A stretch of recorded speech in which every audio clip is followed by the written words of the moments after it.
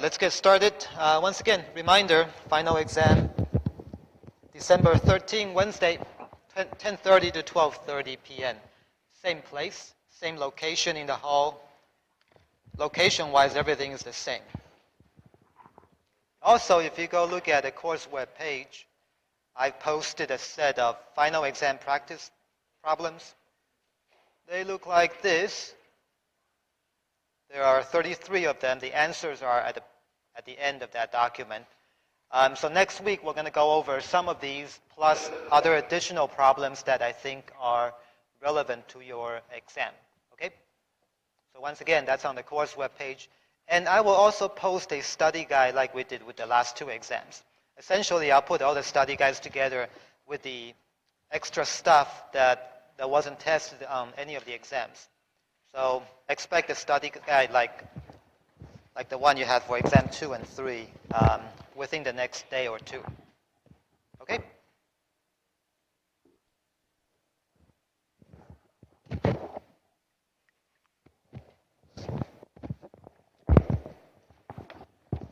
We'll finish up section 5.5 today on the integration by substitution.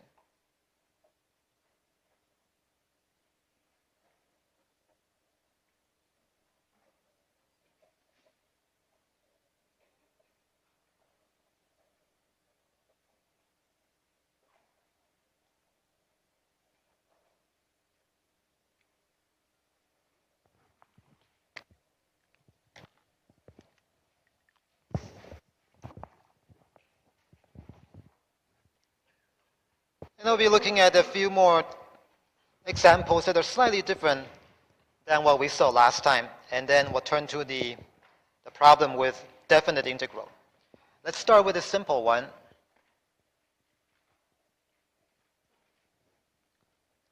Let's find the integral of cosine of pi x.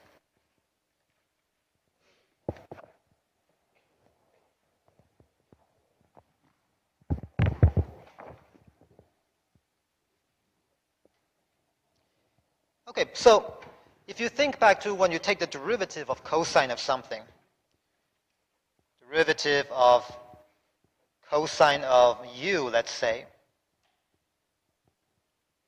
we get minus sine of u times du dx.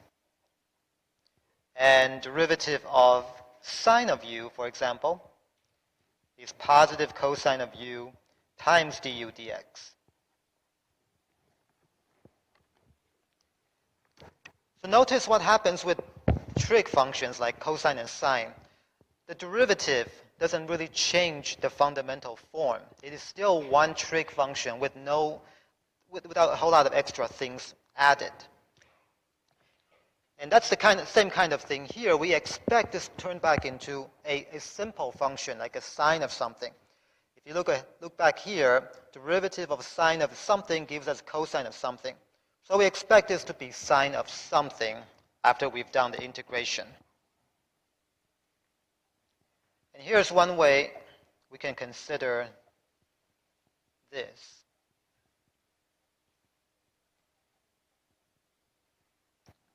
Cosine of pi x by itself really can be looked at as cosine of pi x times the number 1. Okay? Like last time, you want to look for two parts of the integrand that are related by one derivative.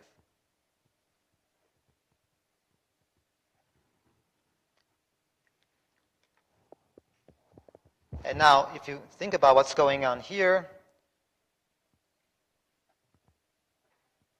derivative of pi x is pi, of course, which is pi times the number 1, right? So we found out that derivative of one part of this integrand is equal to a constant multiple of some other part. If you look at cosine, the whole thing together, then derivative as a sine, that cannot be matched up to a 1 at all. So we have to just look at this part with inside the cosine. Seeing this right here tells you that u should be pi of pi x, right? You pick the part that has a derivative that's related to something else to be your u. And once you've chosen that u, everything else is a consequence of that choice. Du is pi dx, the differential.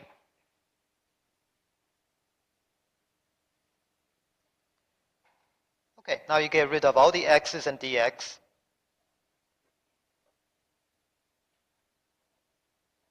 Cosine of pi x, by definition, is cosine of u, right?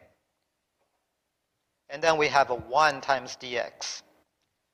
Pi dx turns into du, so therefore 1 over pi du is what dx by itself would turn into. We've seen this last time. I needed a pi here to turn into du. I don't have a pi, so I divide it out. So 1 dx is now 1 over pi du.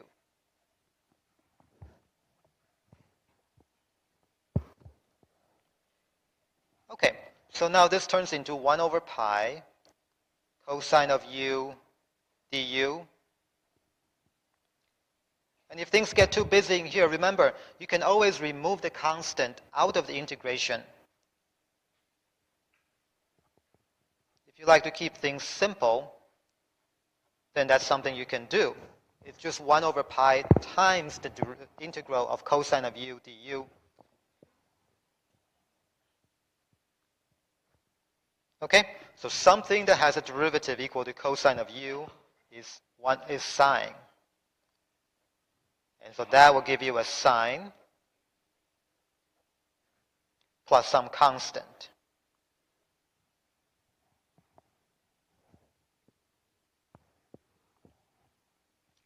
And the last step, you remember, is to get rid of u.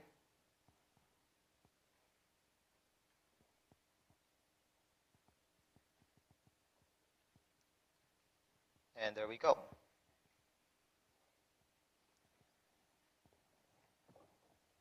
And remember, as usual, you can always take the derivative of this and see if you get cosine of pi. You have to get cosine of pi, and if you don't, something went wrong.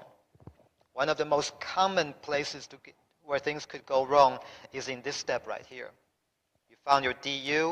You always have to adjust somehow to get rid of dx. Sometimes a lot of people miss out this factor of pi. So that's one common area where things can go wrong. Any question on this one? Yeah. Because the derivative of sine is positive cosine, and I started with a positive cosine. So we're asking ourselves, what function has a derivative that's positive cosine? It's got to be sine, right? But if this were sine, then I would have a negative cosine, because cosine has a derivative that's negative sine.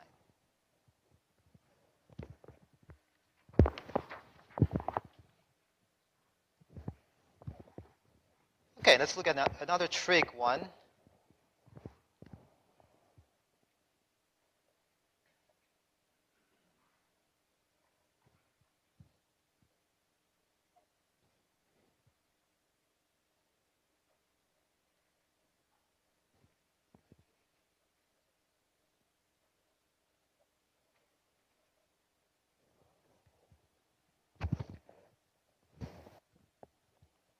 Okay, so something has a derivative equal to cosecant squared of 1/2 x plus 3. We want to find out what function gave us that as a derivative.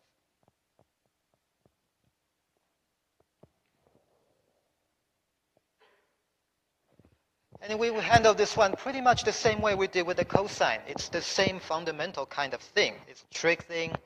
Cosecant square, we know is related to the derivative of one of the basic trig functions. Which one?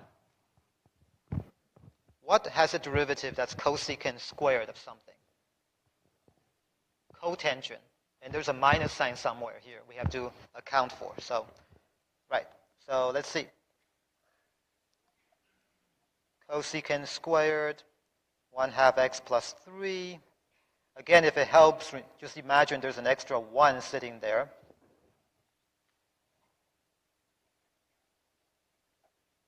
Derivative of 1/2 x plus 3 is 1/2, right? So 1/2 is 1/2 times 1.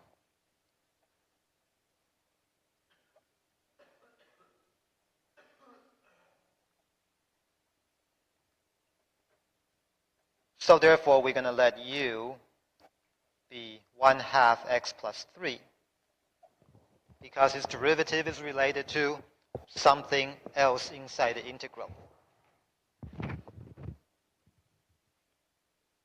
Okay, so you made your choice for u. Everything else is a consequence of that. du 1/2 dx.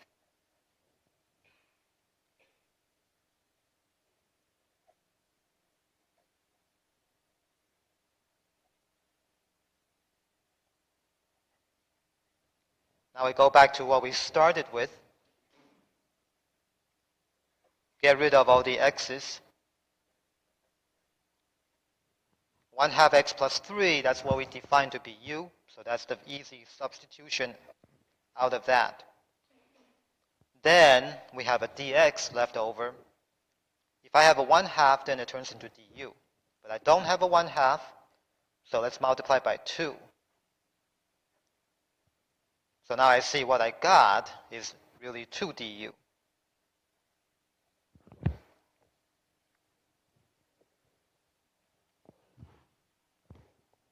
Okay, pretty much the same as the last one. That 2, again, is a constant multiple that if you want to get it out of the integral, you can. Just to keep the integration simple, and that's fine.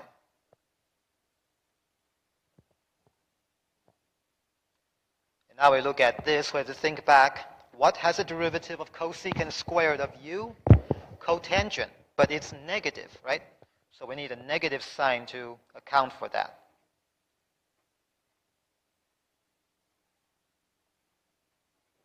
Derivative of cotangent is negative cosecant. So the derivative of negative cotangent is positive cosecant. So now we have to have that minus sign here.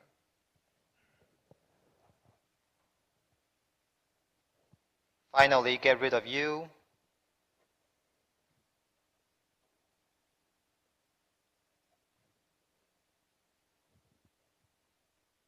And if you're not at all sure about this answer, go ahead and differentiate that.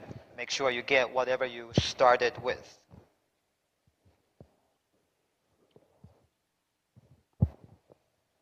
Okay, question on this one.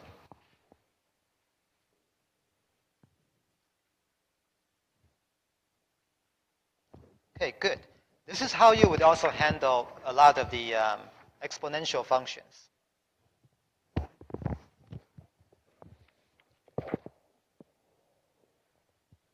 We'll look at a simple one here.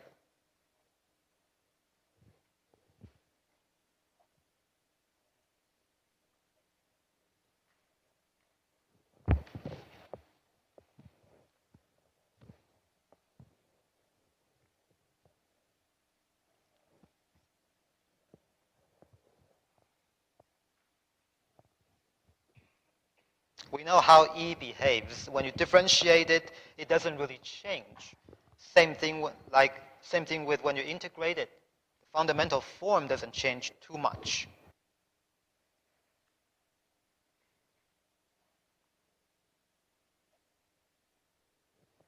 If you see exponential, if you see e to the something, the exponent. So here's another rule of thumb.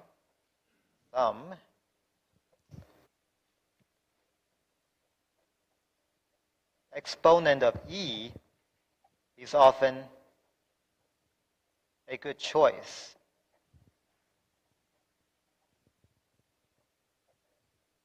To be u. There again are exceptions, but often that's a good choice to start.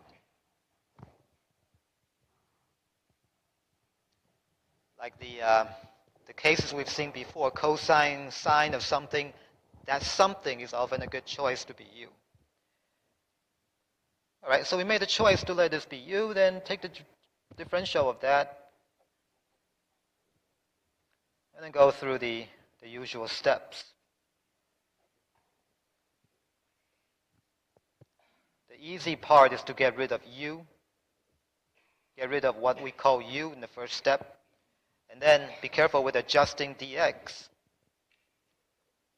Minus 3 dx is du. I only have a dx, so that means my dx is minus 1 over 3 du.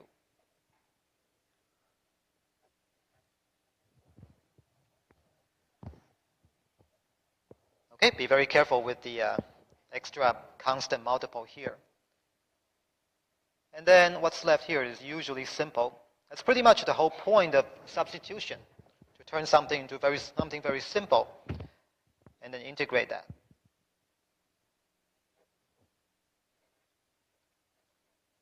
We know derivative of e to the x is e to the x. Derivative of e to the u is e to the u. It's a function that doesn't change. Then last step, after you've done the integration, is to get rid of u. And there you go.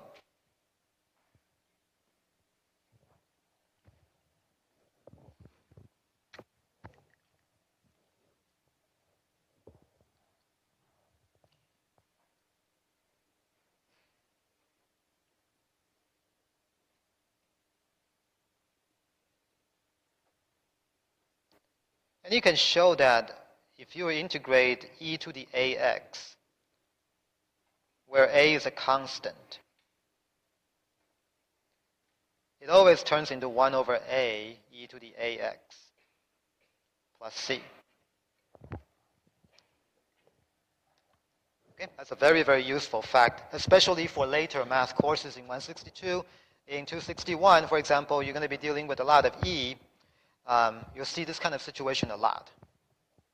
And later on, it's something that you will become very familiar with.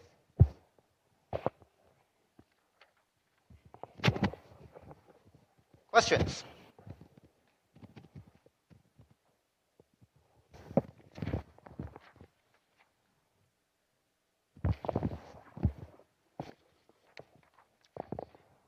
Let's look at this one. This time e has something attached to it.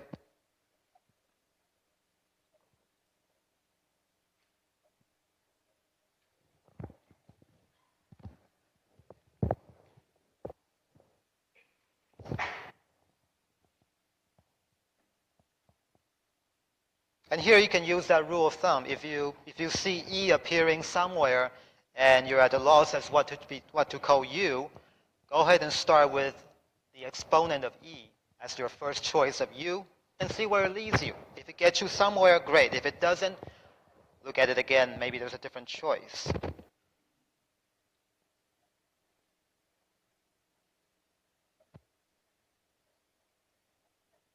All right, so here we're gonna choose u to be x cubed because that's exponent of e, and that's often a good choice. Then du is 3x squared dx.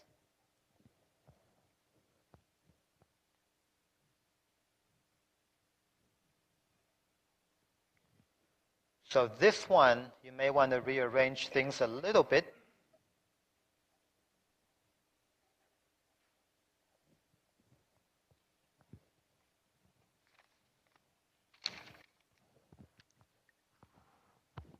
This is, of course, e to the u. And this right here, you look at the du equation. If there's a 3, then this is du. I'm missing my 3, so I divide it out. And that would tell me that x squared dx is actually 1/3 du.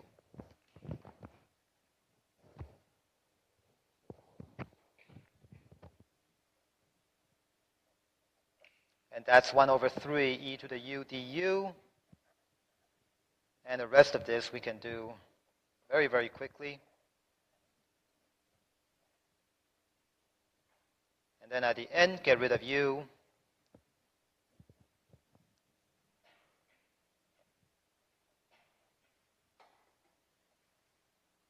There we go.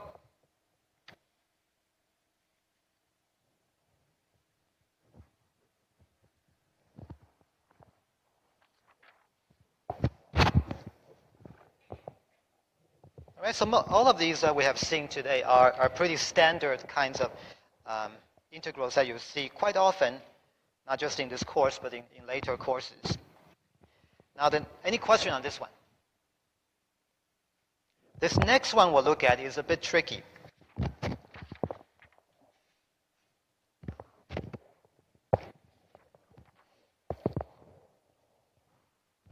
So here's a tricky one.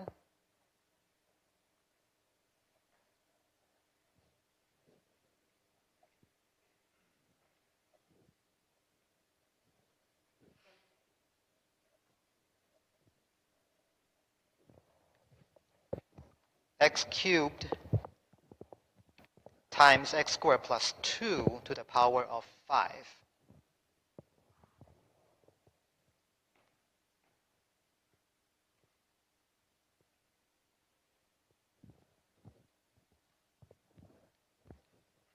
I'm going to look at this in a couple different ways. If you handle this kind of like what we did last time,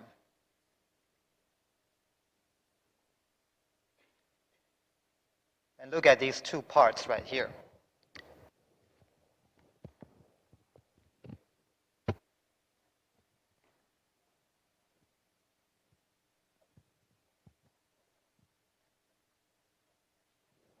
Okay, that's pretty standard way we handle this kind of function from last time. We look at these two parts right here. You're looking for one part whose derivative is a constant multiple of the other.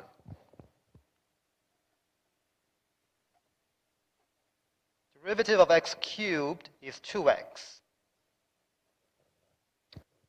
It's not 2x, 3x squared, sorry. I was looking at the wrong thing. Derivative of x cubed is 3x squared, which is not a constant multiple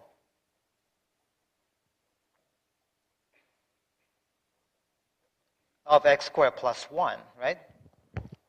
I'm missing that plus 1, but I need a plus 1 in here to make that a constant multiple of that, which I'm missing. So that's not, this tells us that u equal to x cubed is not going to work. Yeah. This thing's got a power of 5.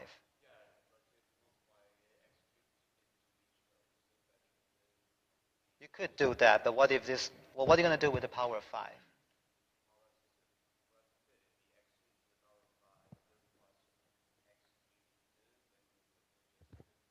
You can't just bring this into here. This has got a power of 3 and it's got a power of 5. It doesn't go in there directly. So one way you could do this is to FOIL this out 5 times. And then you get a big polynomial. That's one way to do it, but that's not a practical way to do it. And that's also going to be a problem when this power is negative or a fraction. Then you got really, really big problem there. Yeah, if this 5 were not here, then there's no problem whatsoever. You distribute, but then that's really not something that we need substitution on. It's good to think about different ways to do it, but however, part of what makes this tricky is that 5 there. Okay, so we established that. So x cubed is not u. Okay, so because of that fact, x cubed is not u. Let's look at the other way around. Derivative of x squared plus 1 is 2x, which again is not a constant multiple of x cubed, right? 2x is not a constant multiple of x cubed. I'm missing a power of 2. So this also means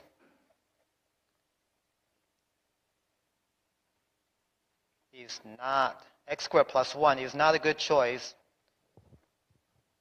to be our u. When this kind of thing happens, this is telling you that perhaps you're not looking at these parts the way they should be investigated. So let's reconsider the parts. Let me rewrite the function here.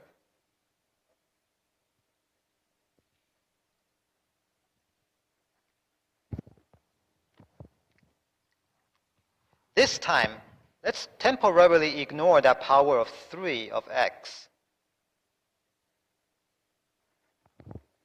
Because notice that if we take the derivative of x squared, we get 2x. X squared plus 1, we get 2x, which is twice of that x.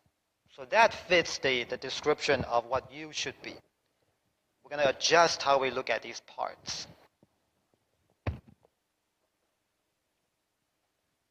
Notice we have done nothing to the function. We haven't changed the integral in any way. All we have changed is how we look at it.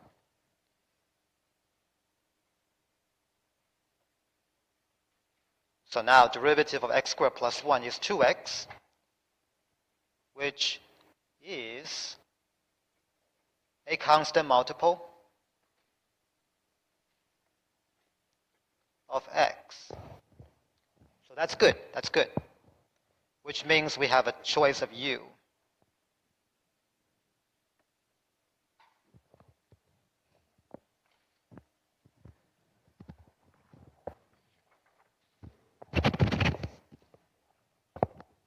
However, because of this extra 3 here, we have to be very careful with how we adjust things. So let me rewrite that function on the next page before we do more to it.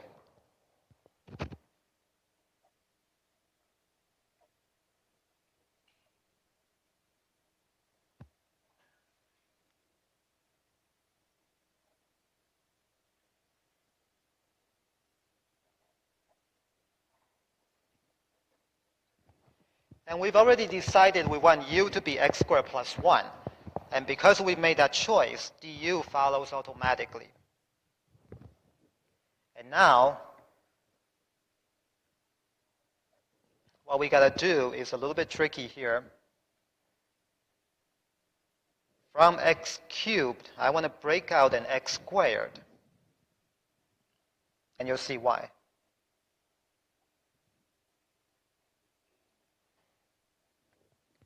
I want to break out one factor of this and put it with dx. Why do I do that? Because I know my du requires x dx. So let me bring this one out and make that part of my du.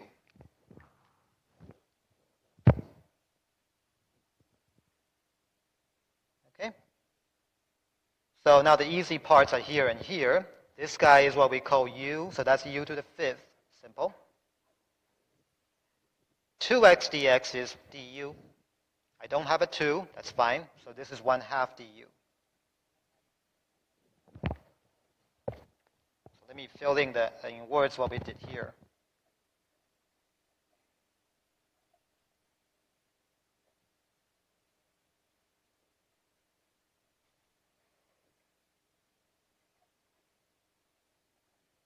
So we have x to form du with dx.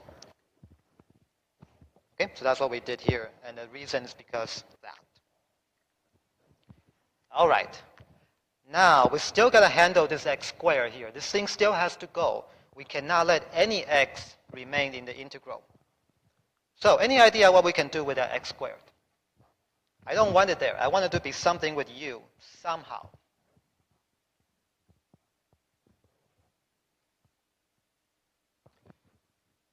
Yeah, look at this equation right here.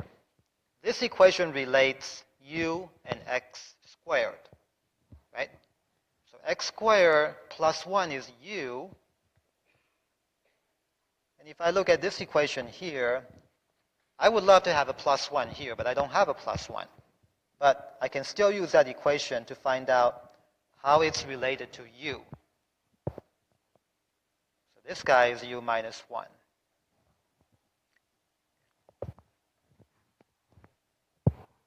Okay, everybody see how we got u minus 1?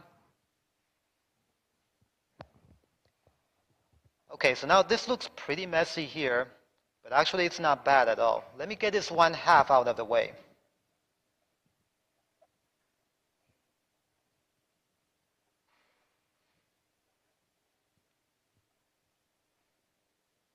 And look at the thing we're integrating. How about let's just distribute the u to the fifth.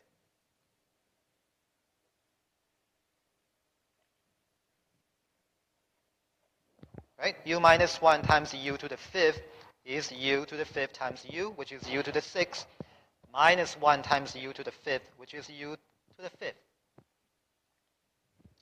Now I can integrate this very, very easily.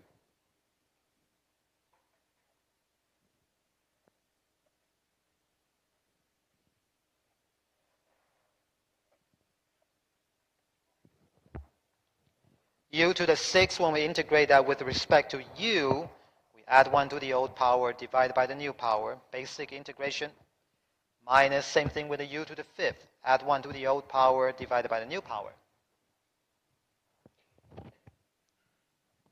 The last step, we get rid of u.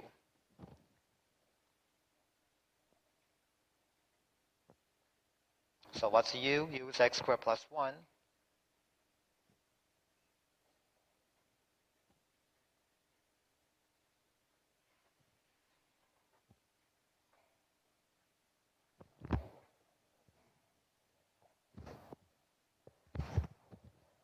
Okay, and you can simplify a little bit if you want to.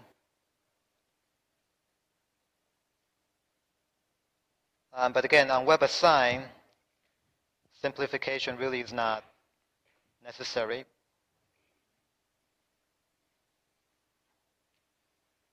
So there we go.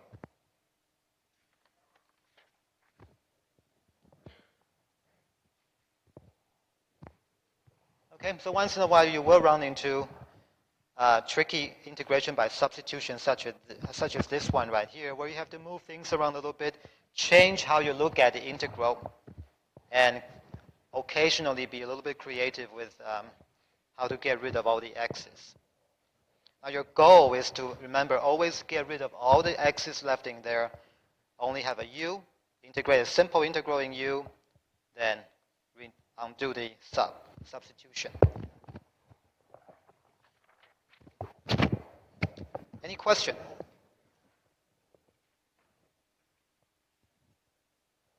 Okay, now let's focus, let's turn our attention to definite integration.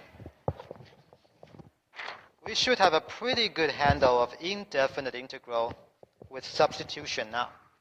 So now we'll focus on definite integral.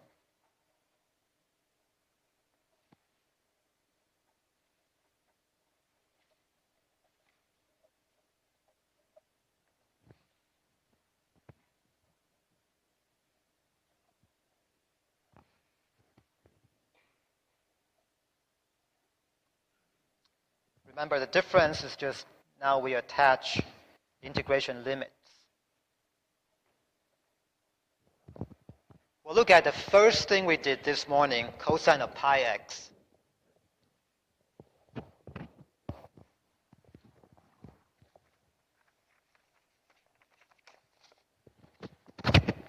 Okay, back then we let u be pi x and we went ahead with that, and it worked out perfectly fine. How you choose u is not affected in any way. You still choose u the basic way. You look for parts that are related by derivative and all that. Everything's the same.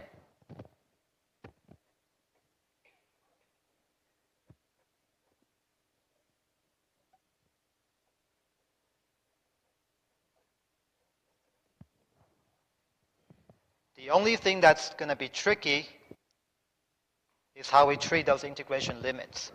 So let's go with the same choice of u we made earlier. U is pi x, and du, of course, is pi dx.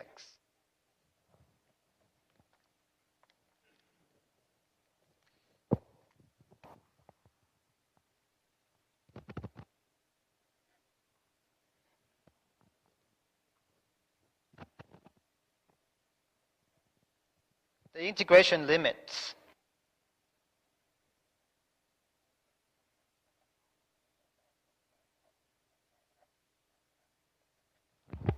They tell us where we start the accumulation of the area. We're starting at x is equal to 0. We're ending at x is equal to 1/2. we are leaving the world of x. We're going to the world of u. So these have to be adjusted to reflect that change.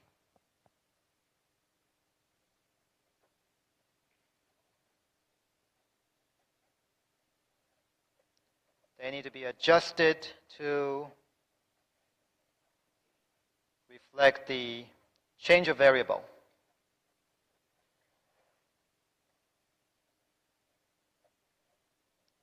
To u.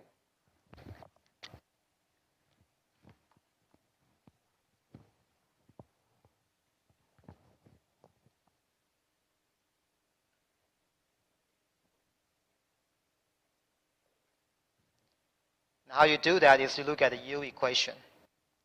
Okay, so the old upper limit of x is equal to 1/2 turns into u is equal to pi x equal to pi times 1/2.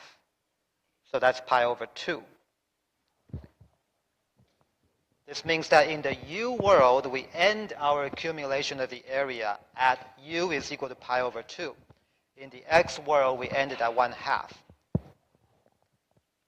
The lower limit, x is equal to 0, also needs to be changed to u. Again, using the u equation, we get u is equal to pi times 0. So that's at 0. And in the u world, now we start at 0, we end at pi over 2. So let's see. This now is a new integral. 0 to pi over 2 cosine of u, and we did this before, dx is 1 over pi du.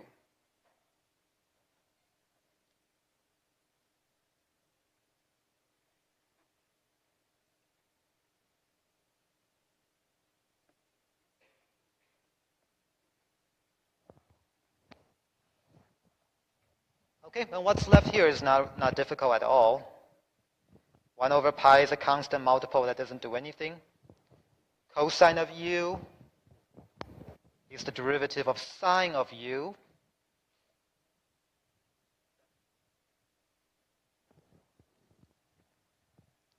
And because we have already changed the integration limits to refer to u, we stick with u and just carry out the calculation. Do not go back to x. We made this change already. We're done with all the change. We stick with u until the end. And so what do we get? We get 1 over pi sine of pi over 2 minus sine of 0. That 1 over pi applies to both of these things when you do the definite integration. Sine of pi over 2 is 1. Sine of 0 is 0. So that's 1 over pi times 1.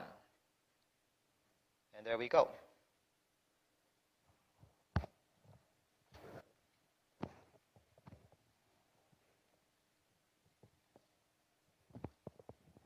Question on this one.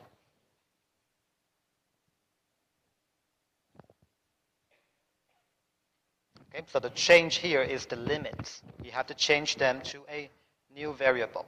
Now let me show you graphically what we did. Remember, we're talking about area, right? The area of something is fixed. It shouldn't depend on what variables we work with.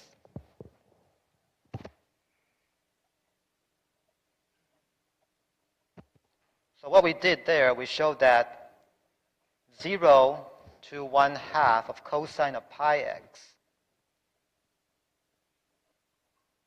is equal to 0 to pi over 2 of 1 over pi cosine of u du.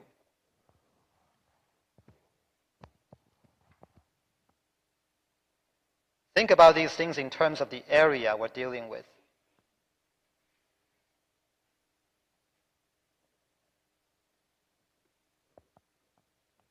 The first one here says we're integrating from 0 to 1/2. underneath the function cosine of pi x.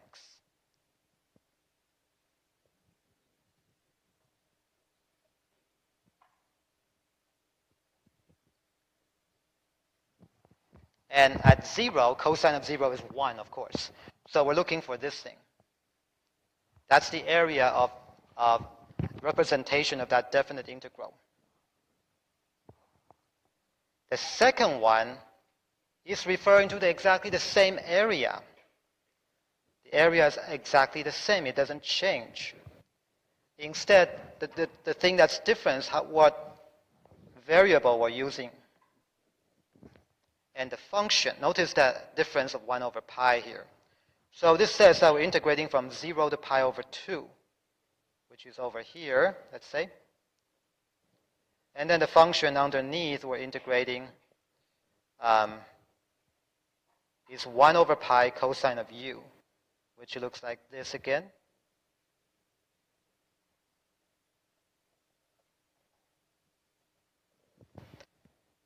At u equal to 0, this is 1 over pi. So it only goes up as high as 1 over pi. And of course, these two things are the same area.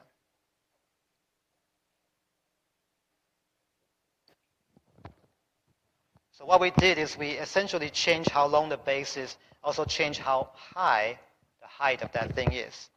This is equivalent to changing units. You can think of x as centimeters and u as inches, for example. The area of something you measure with a ruler doesn't change, doesn't matter what ruler you use. The difference is the units you use here, centimeters and inches. I'll write that down. This is just like changing units. Centimeters versus inches, for example.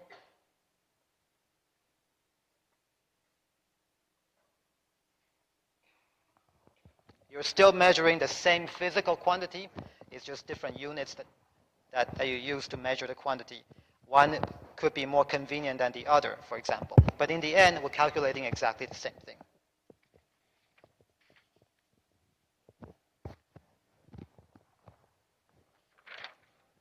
Question?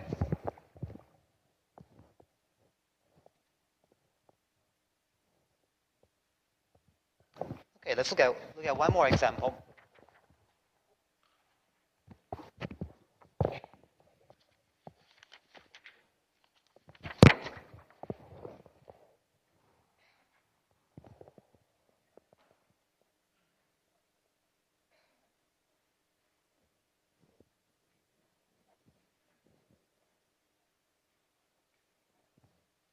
Okay, this one looks pretty wild, but actually it turns out to be not so bad.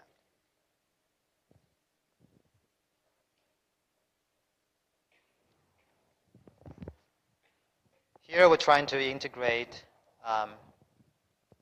1 over x times radical ln of x, integrating from e to the power of 36 to e to the power of 81.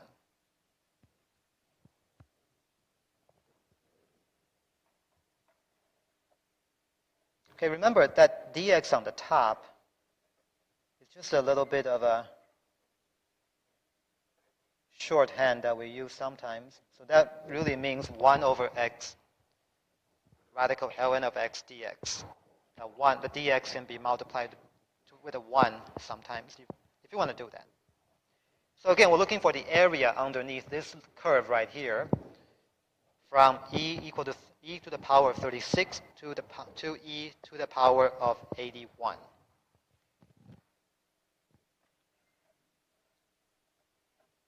All I'm going to do in the first step is change that root to a power.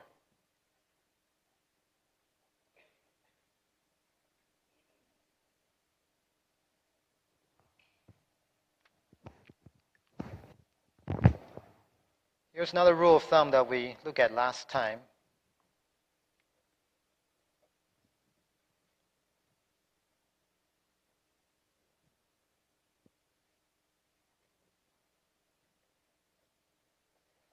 If natural log of something appears, choose it to be u.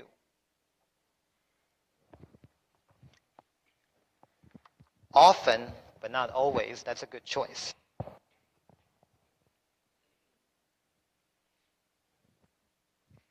Okay, so let's see what happens. We're going to let natural log of x be u. We'll ignore that power of 1/2 for just a moment. du is 1 over x dx.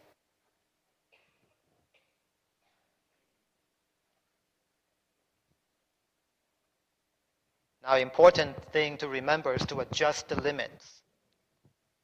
The old upper limit, x is equal to e to the 81st power, turns into u is equal to natural log of that same x.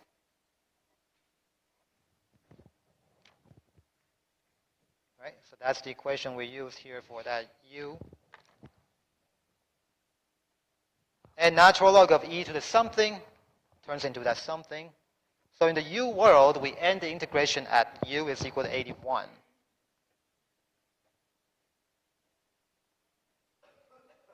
Same thing with the lower limit. It used to be x is equal to e to the 36.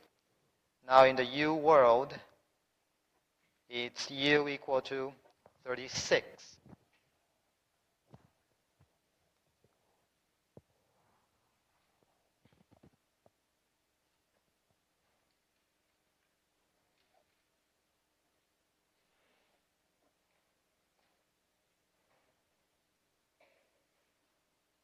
Now we go through our usual steps here to get rid of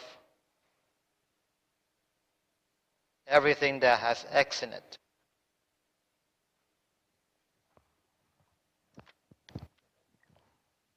So what I did here, 1 over this whole thing, you can split it up.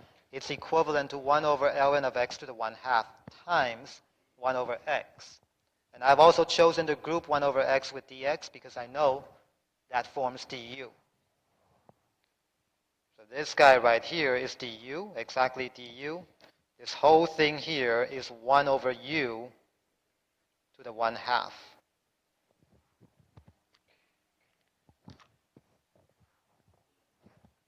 Okay, so that part is the same as the good old indefinite integral.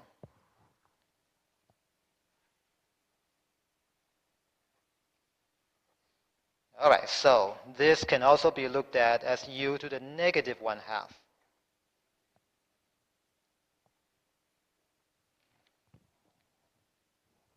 Add 1 to the old power, divide by the new power. So dividing by 1/2 is the same as multiplying by 2.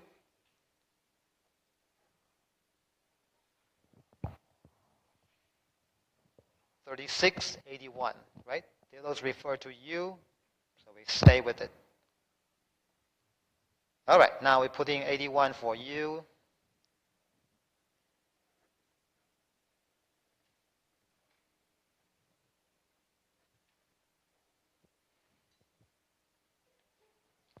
And finally, we get, that's 9. 18 minus 12, that's 6.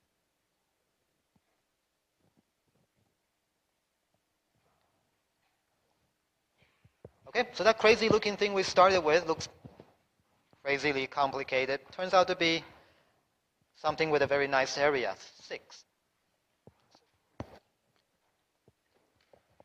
Okay, so that ends 5.5. Starting next week, we'll start doing review for the final exam. Look at the practice problems I've posted. Look ahead if you want to. And we'll work out some of those, plus other problems I think are relevant to your exam. That's it. See you Monday.